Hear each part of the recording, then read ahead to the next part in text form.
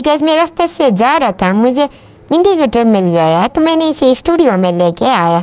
अब बताना ये कौन सी बाइक की इंडिकेटर हो। तो गाइज मैंने इसको खोलूँगा और चेक करूँगा ये जल पाएगी और कितना मिट्टी लगा है। तो अब इससे ये जल पाएगी तो या इससे आप डेकोरेशन लाइट बना भी सकते हो। मैं दूसरी पार्ट भी लाऊंगा डेकोरेशन लाइट वाली।